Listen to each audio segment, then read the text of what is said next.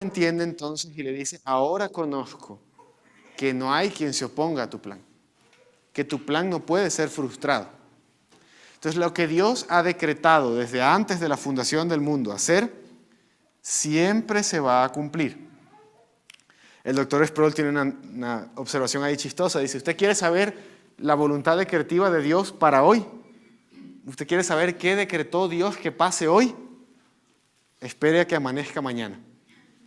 Es la única manera. Y es cierto, es chistoso, pero es cierto. Porque Él no nos ha comunicado necesariamente todo. ¿Y por qué hice estos círculos? Porque dentro de la voluntad decretiva hay cosas ocultas y hay cosas reveladas. Por eso son dos categorías distintas. No podemos igualarlas. ¿A qué me refiero con esto? Hay cosas que Dios decretó que va a hacer y nos ha revelado eso.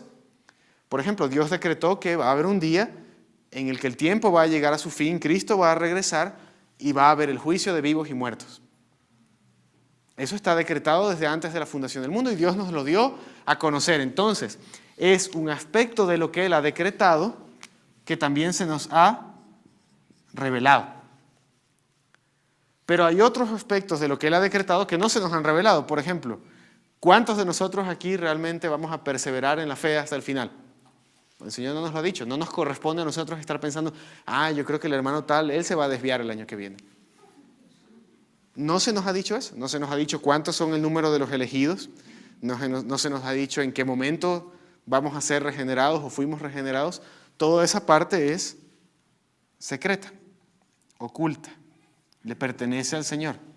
No nos corresponde a nosotros investigarlo, indagarlo. O sea, no es nuestra posición hacerlo. Esta no puede ser resistida entonces. Lo que sea que el Señor ha decretado que va a pasar hoy, va a pasar. Esta de aquí sí puede ser resistida. Y esta siempre es revelada. Esa es otra diferencia. Cuando hablamos de voluntad preceptiva, ¿a qué nos referimos? Bueno, a esto. A lo que el Señor ha revelado a modo de precepto, de mandamiento. La voluntad de Él expresa de lo que Él dice, esto me agrada y esto no me agrada. ¿Ya?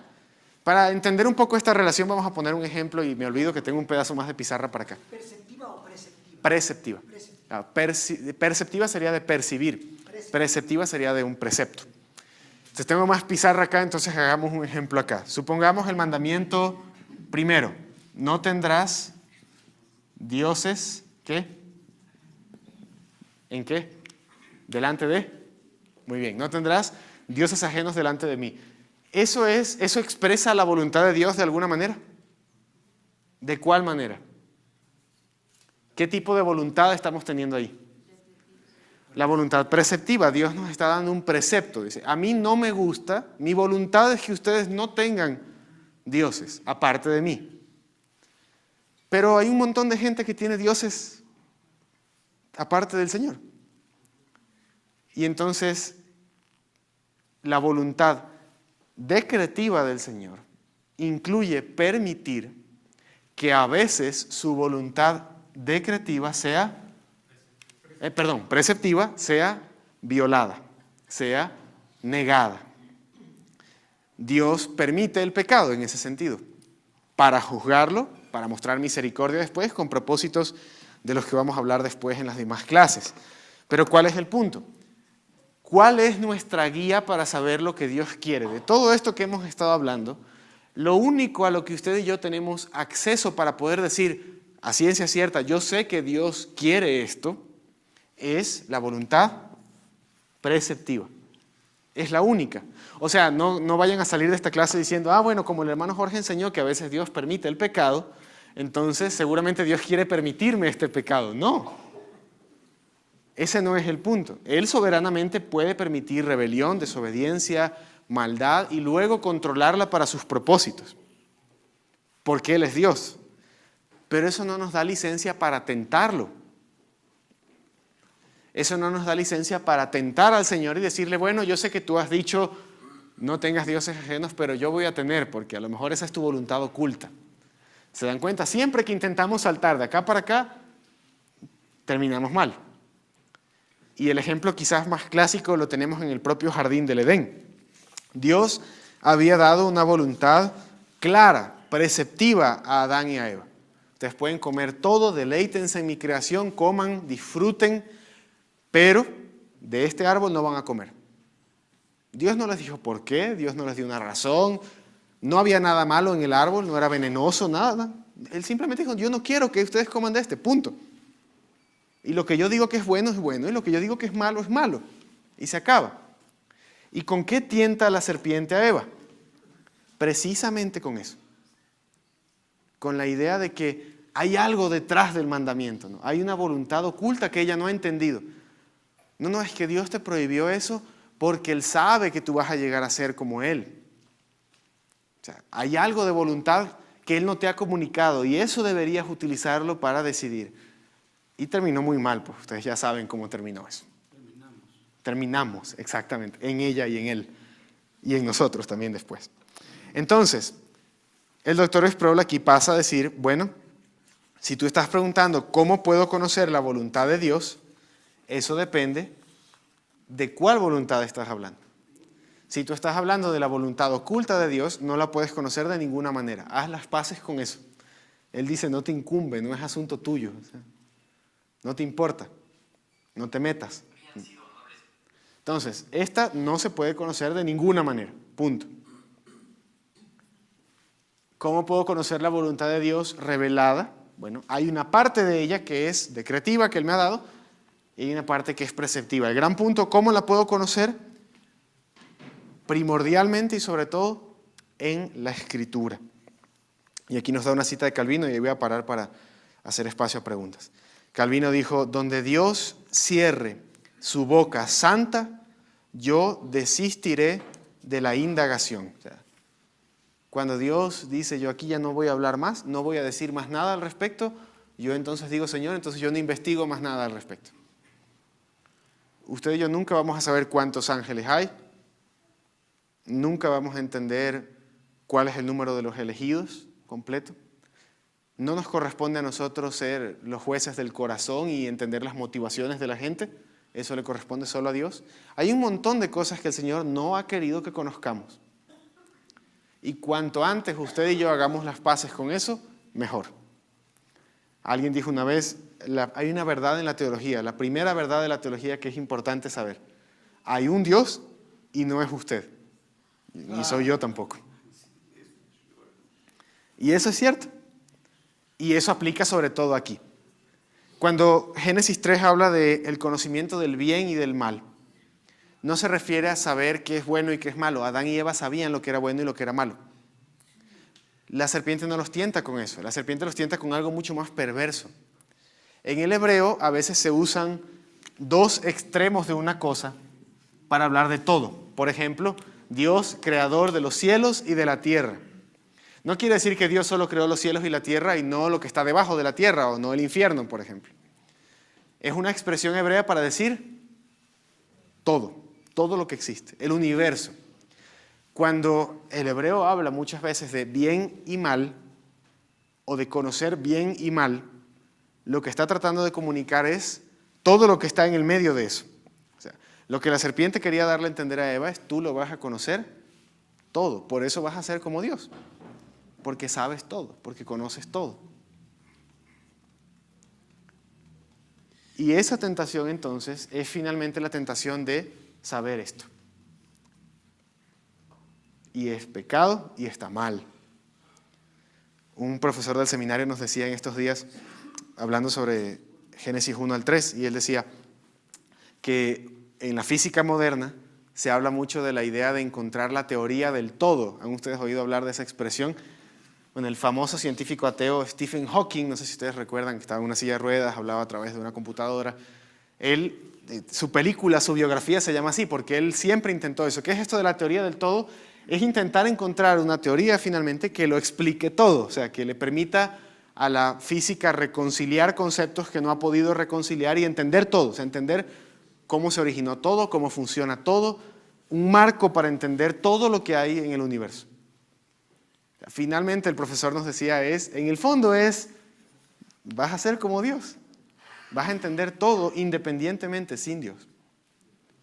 Es un impulso pecaminoso que sigue estando en nosotros de yo tengo que saberlo todo.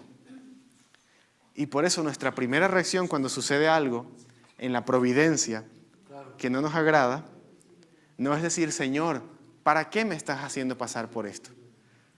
¿Qué le decimos usualmente al Señor? No es ¿para qué? Es ¿por qué?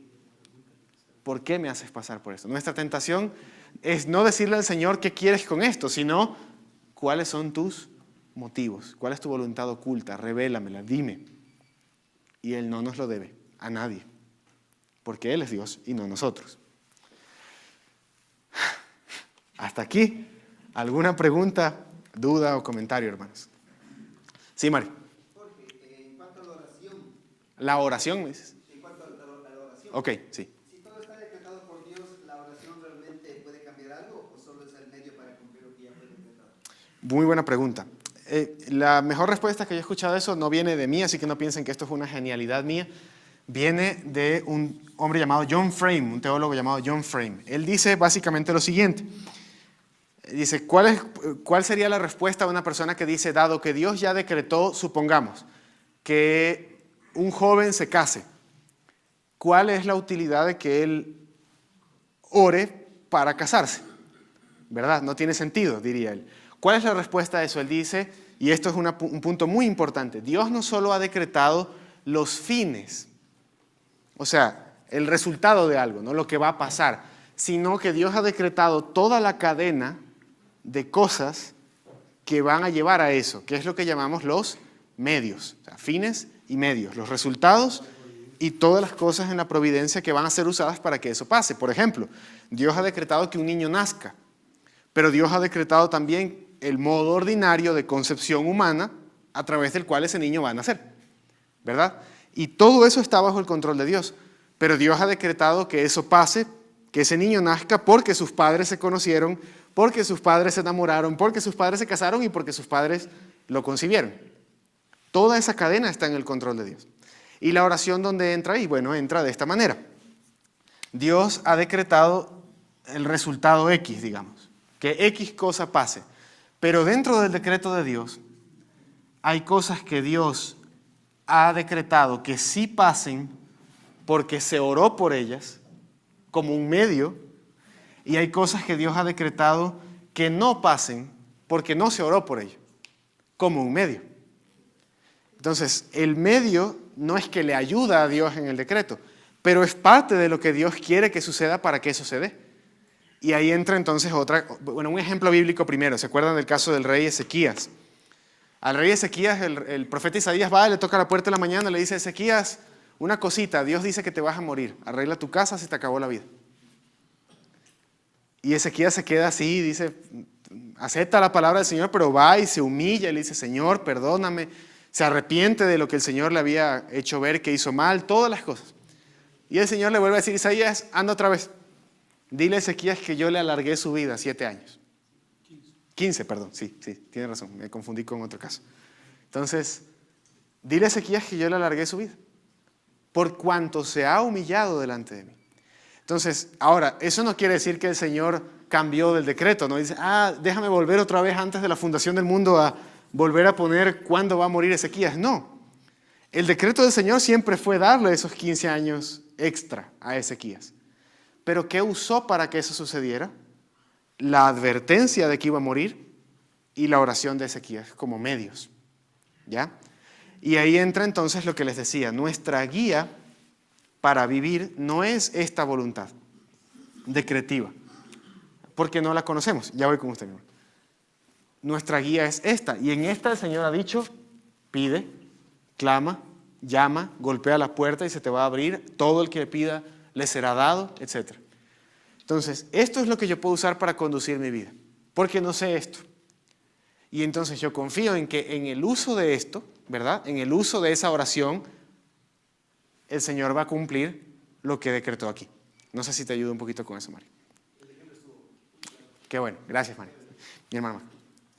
Así decía que ¿por qué oramos? Digo, porque Dios dice que oramos. Punto, exacto.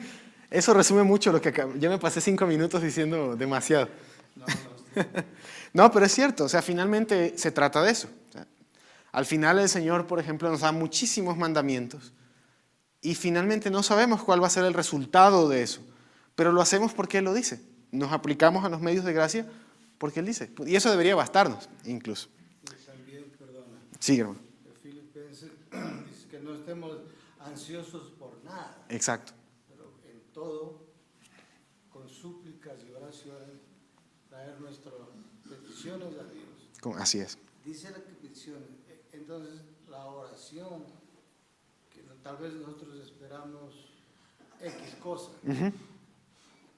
y el Señor no nos puede dar o no nos quiere dar, o no es el momento, pero en la parte del versículo dice que al haber tú entregado la petición a Dios, te da algo que es igual Paz. que una respuesta, que es la paz. Exacto. Que pasa todo entendimiento. Exactamente. Eso también es la otra cara de la moneda, ¿no? Aquí hablábamos de la oración en cuanto a su resultado para afuera, digamos, pero también tiene una utilidad hacia adentro, que es a mí conformarme a la voluntad de Dios y darme paz. Muchas gracias, hermana Marta. Sí, sí, Cristian. Pero tal vez en ese sentido la oración tiene que ver con la dependencia más bien al Señor, del Señor. Porque, como bien dice Marquitos y dijiste tú, el Señor va a hacer su voluntad siempre, es decir, nos va a contestar o no nos va a contestar. El punto es que nosotros como creyentes debemos depender del Señor, Sí, más allá de cualquier cosa. así es. Y el Señor nos va a contestar, como dijo Marquitos, con un sí O con un no, tal exacto. vez, o después. Exacto. Lo que sí es un buen punto ese, Cristian. Lo que sí hay que evitar es, yo he visto gente que lleva eso a un extremo. ¿Cuál es ese extremo? Entonces no voy a pedir nada. ¿Por qué? Porque yo solo voy a decirle, Señor, hágase tu voluntad. Y eso no es bíblico. ¿Por qué? Porque el propio Cristo cuando nos enseña a orar, ¿verdad? En Mateo 6, nos dice, ustedes no sean como los paganos, nos asegura eso. Su Padre ya sabe lo que ustedes necesitan, antes de que lo pidan. Pero aún así cuando oren, digan, danos el pan de cada día. O sea, a pesar de que Él ya sabe, pídanselo. Y entonces lo mismo sucede con muchas cosas. Exactamente, Él hace su voluntad, pero eso no niega la necesidad, ya voy contigo, Rodrigo, o la utilidad de, como decía el hermano Marco, presentar mi súplica y encontrar paz en esa súplica. Es eso. Necesitamos el micro, ¿no? Ay, no sabía que estaban grabando, perdón. Rodrigo tenía una pregunta, si me ayudas. Gracias. Muy bien. Hola. Sí, ahí está. Buenos días. En el texto bíblico dice que la oración eficaz del justo puede mucho. Entonces sí, también debemos apropiarnos de esa verdad, ¿no? Así es. La oración eficaz del justo puede mucho. Exacto, así ¿Cuál es. sería tu respuesta? Amén. ¿Qué más? Es palabra de Dios. Pero ahora, si me preguntas cómo lo relaciono con esto, es lo mismo. Dios nos ha dado esa voluntad revelada. Dios nos ha dicho esa promesa. Oren, Elías oró y hubo resultado. Oren ustedes también, la oración del justo puede mucho. Nos ha dicho eso de manera revelada. Ese es el principio general que Él nos ha dado. Yo parto en base a mi fe en la palabra que Él me ha dado. Pero dependiendo otra vez de que eso esté de acuerdo con lo que Él quiere que pase, ¿no? La oración de Job podía muchísimo, me aseguro, estoy muy seguro de eso. Y sin embargo le pasó lo que le pasó. Entonces siempre hay que tener cuidado de los dos extremos, ¿no? De no pensar que la oración no sirve porque Dios ya decretó todo, porque Él en su palabra nos dice lo contrario. Pero tampoco pensar que, como dicen algunos hermanos, tristemente la oración le tuerce el brazo a Dios. Porque eso no va a pasar de ninguna manera. Muy bien. ¿Alguna otra pregunta o duda en este punto? Si no, para avanzar un poquito más. Muy bien, continuemos. Gracias por sus intervenciones. Entonces, el doctor Sproul dice, listo, ¿quieren ustedes saber? Ahora sí, ya viene la respuesta del $1.000.000. ¿Quieren ustedes saber cuál es la voluntad de Dios para ustedes? Perfecto. Ya se las vamos a decir. 1 Tesalonicenses 4:3, exactamente. Listo, aquí viene la respuesta que todos estaban esperando. No sé si es la que querían oír, pero exacto.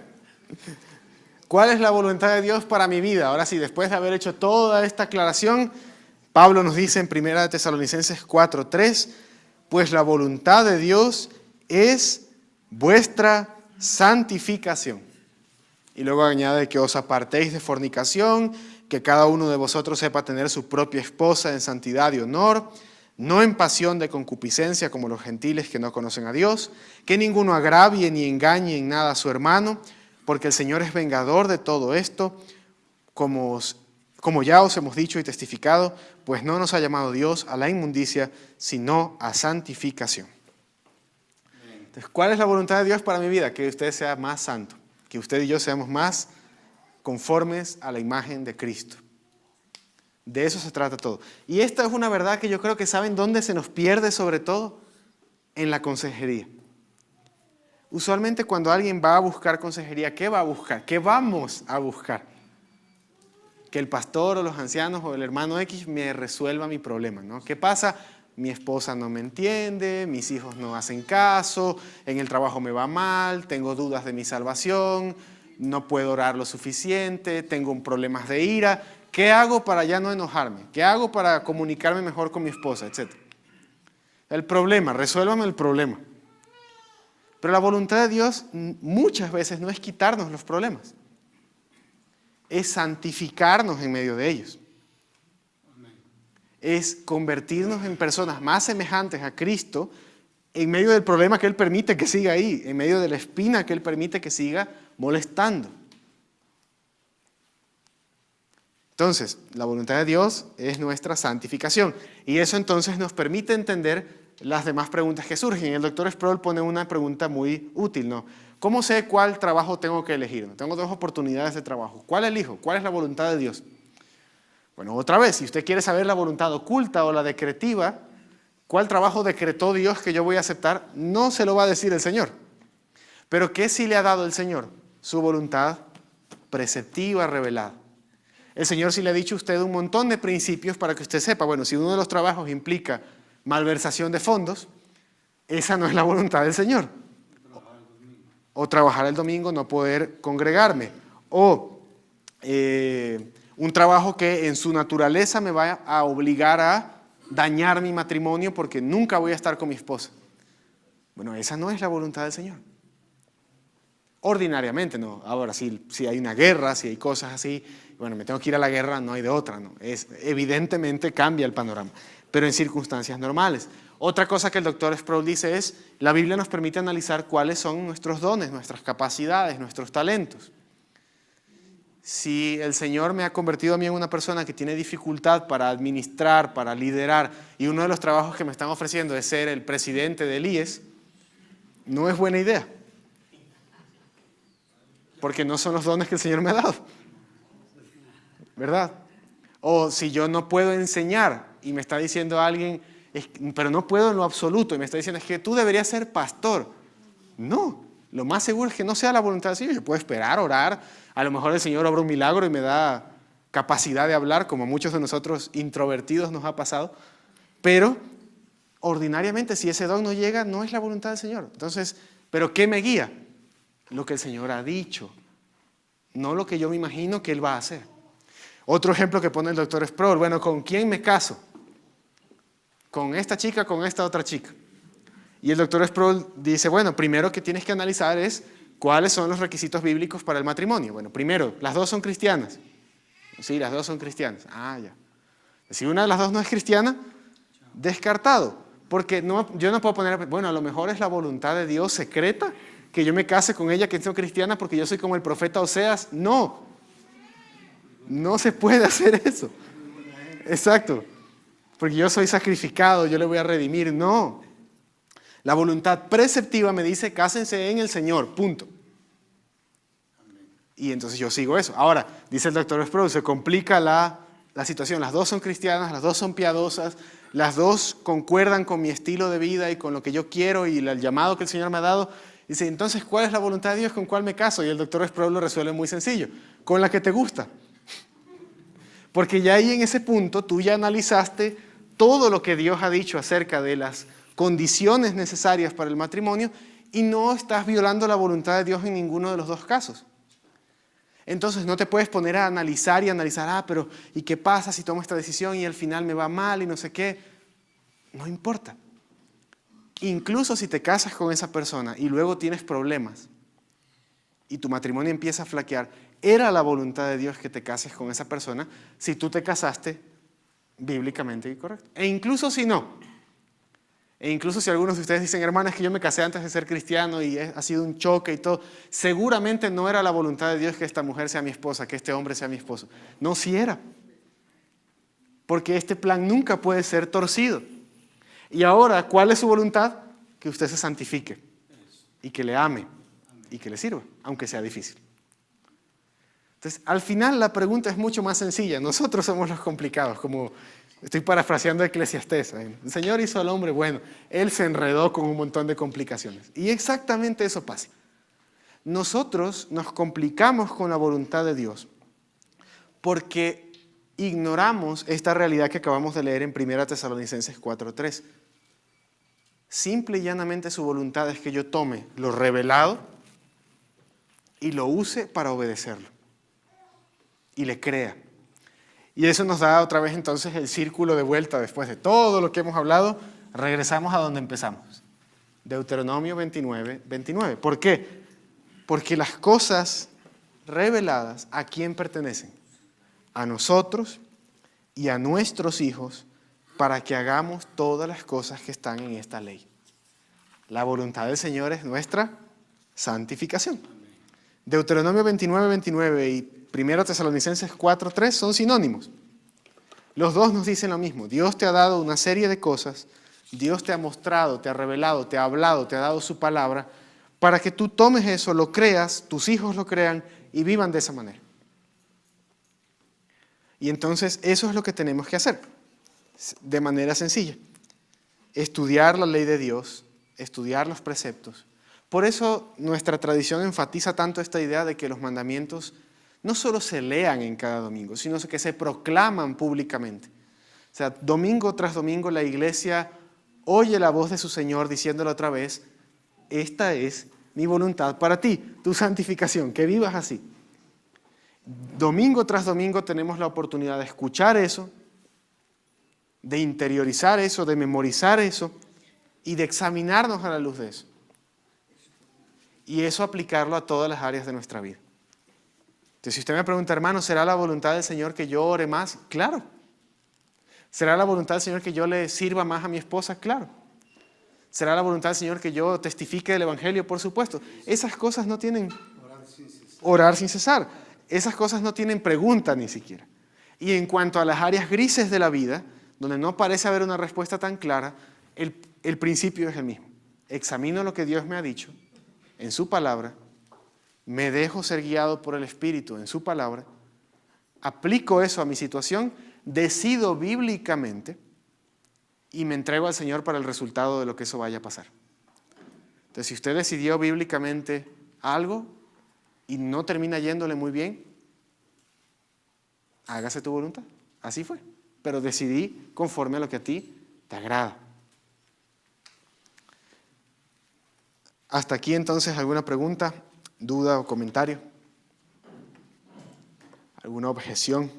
Si no, vamos a hacer un par de preguntas aquí de conversación que tiene el... Sí, hermano. Quería compartir algo brevemente. Claro, ay, perdón, cierto, el micrófono, no me acordaba. Gracias. Compartir algo brevemente cuando yo recibí al Señor Jesucristo como mi Salvador, como mi Señor y Salvador. Lo que yo oí, que me dijeron alguien que ya estaba en la fe, lo primero que tienes que hacer es orar y estudiar la Biblia. Pues yo nunca tenía la menor idea de la Biblia, Claro. ni de cómo orar, si sabíamos, como todo buen católico, rezar, ¿no? Entonces yo comencé a decir cómo se ora. Se habla con Dios, se habla con reverencia, se abre el corazón. El punto es el siguiente, yo comencé inmediatamente a practicar eso, porque eso es lo que me recomendaba. Claro. Obviamente el Espíritu Santo me estaba ayudando. Y comencé, yo cuando conocí al Señor tuve grandes necesidades emocionales, físicas, financieras, de todo tipo. No voy a entrar en eso, ¿cierto? No es necesario. Pero todas las oraciones, prácticamente todo lo que comencé a pedirle al Señor en arrepentimiento y en mi necesidad, el Señor inmediatamente me comenzó a responder y a resolver mi vida. Entonces, las respuestas que Dios nos da a las oraciones son la confirmación para nosotros, ¿cierto? Y la bendición más grande que Dios nos da es saber que Dios es vivo, Claro. y que te está escuchando, Sí. y que te está respondiendo, porque como dice Romanos, todas las cosas oran para mí, de acuerdo Amén. a la perfecta voluntad de Dios. Por eso hay que orar, Amén. porque yo sigo, siempre que todos los días que voy a orar, yo recuerdo ese primer día. El Señor siempre me ayudó y siempre me respondió a la oración. Amén. Con todo lo que ya se ha dicho. Amén. Obviamente. Claro, ¿no? Y así es. Gracias, hermano Marco, porque sí, me hizo recordar anécdotas que a veces no... Ya voy contigo, Mario. Y ya voy contigo, May. Anécdotas que a veces no tomamos en cuenta, pero siempre recuerdo, yo leí hace tiempo la biografía de un hermano que tuvo muchos orfanatos, George Mueller, no sé si han oído hablar de él.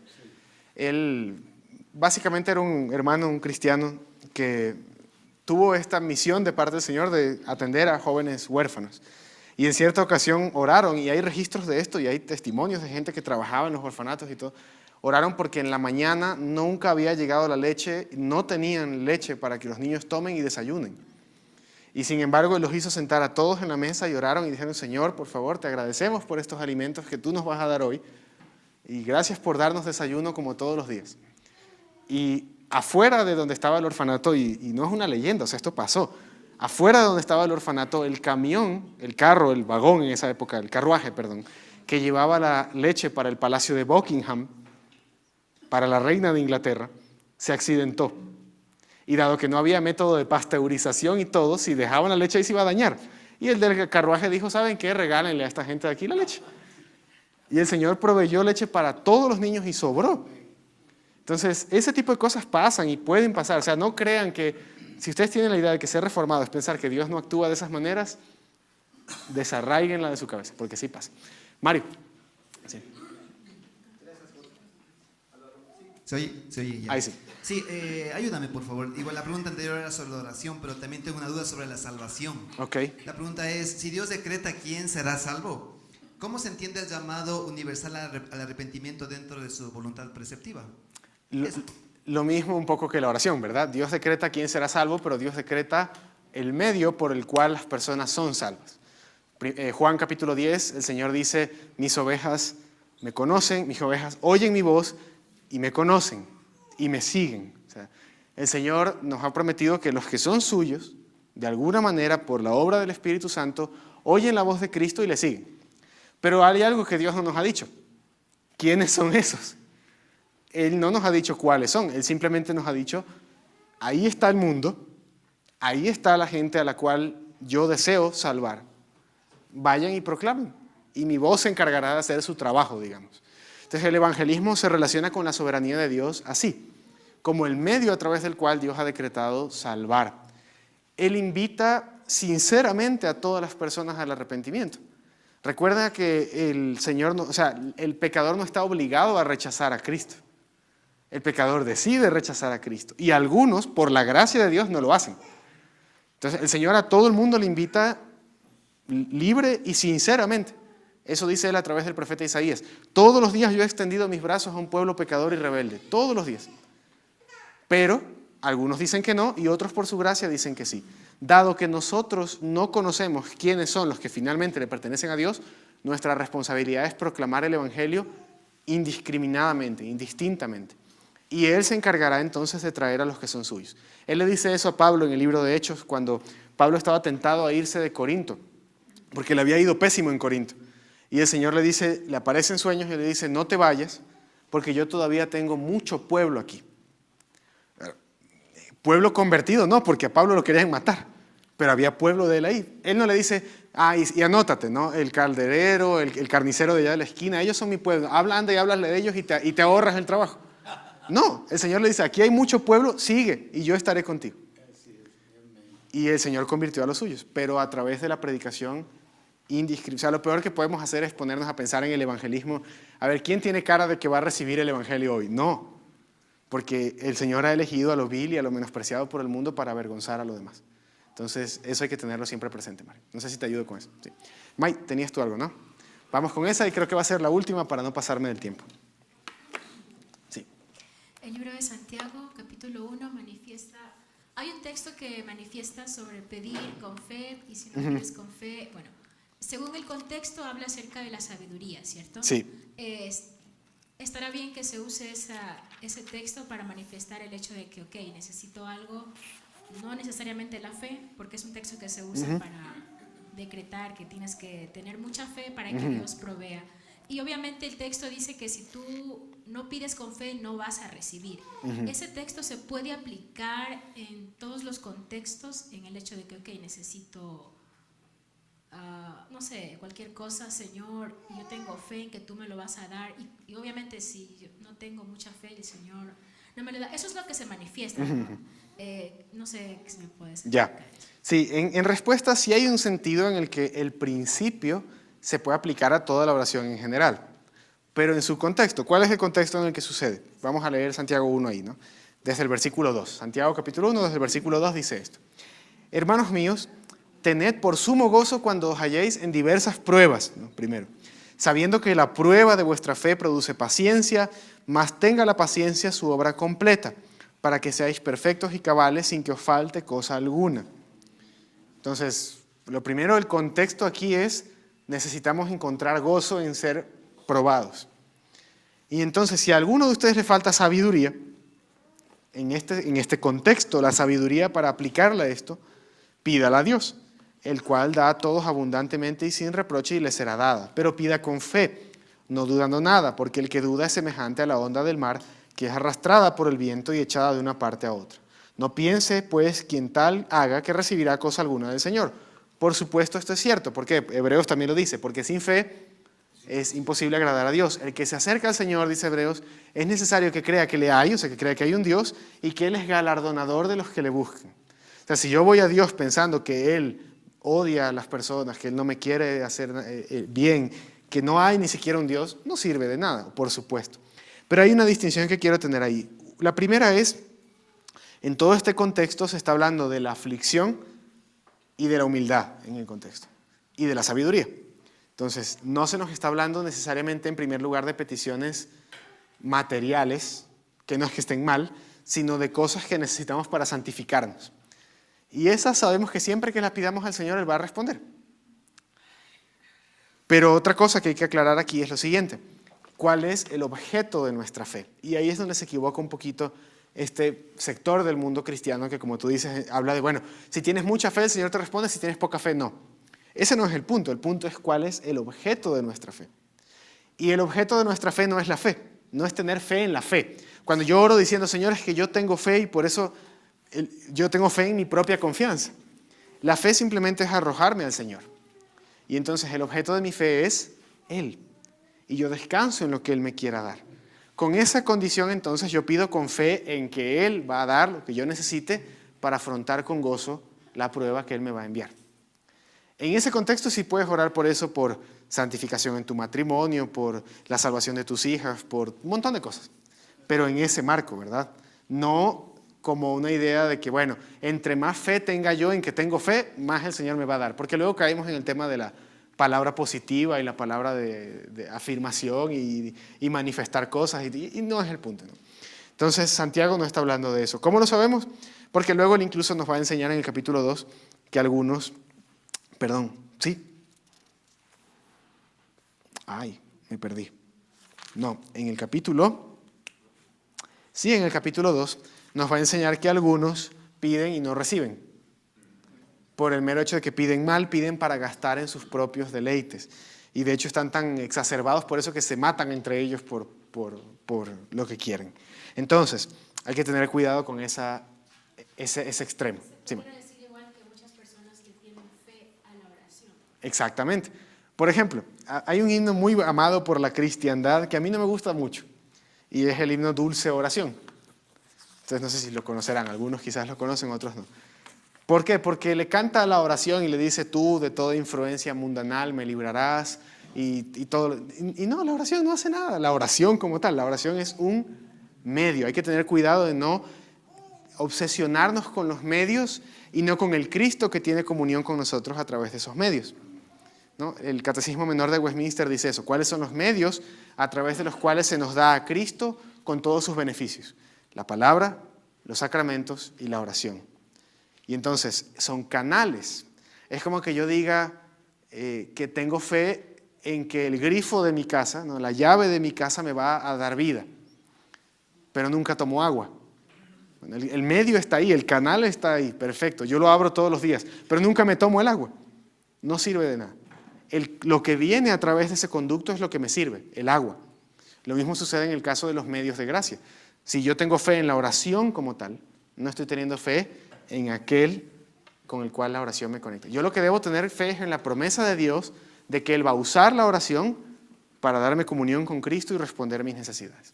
Sí, pero no, o sea, entiendo, gracias por eso. Pero insisto en el texto. Hay uno acá, Insisto en el texto porque dice que no voy a recibir porque no tengo fe. Claro, eso es cierto. Pero eso estaría en la voluntad. O sea, el texto, todo texto está aquí, ¿verdad? Ya. Porque es lo que Dios nos está diciendo.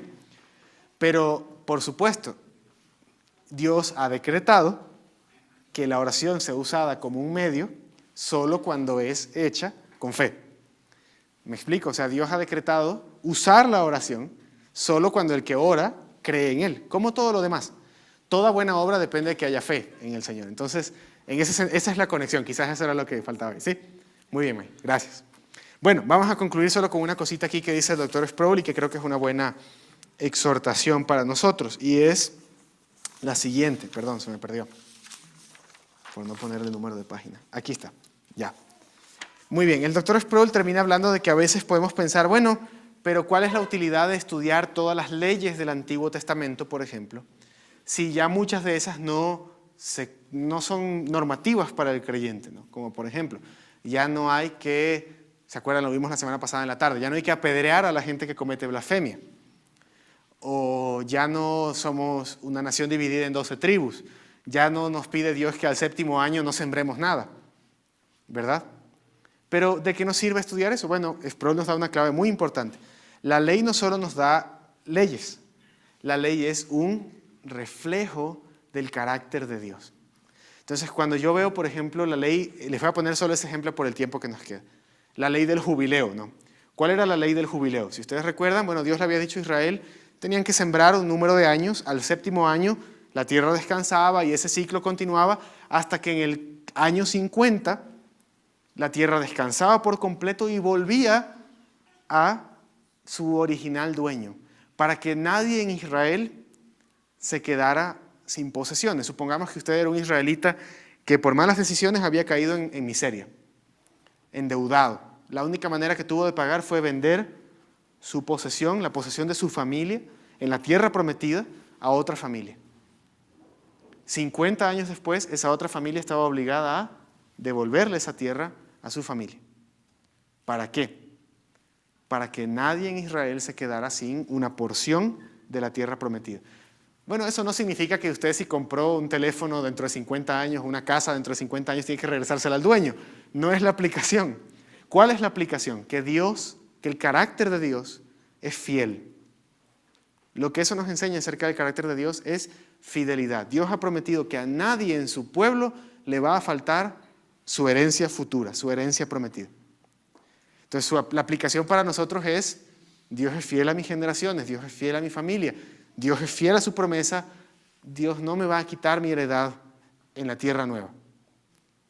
¿Se dan cuenta? Es una ley que parece perdida, digamos, desfasada en el tiempo, pasada de moda, pero nos enseña algo acerca de quién es Dios. Entonces, cuando usted lea su Antiguo Testamento, léalo de esa manera y aprenda también de la voluntad de Dios de esa manera.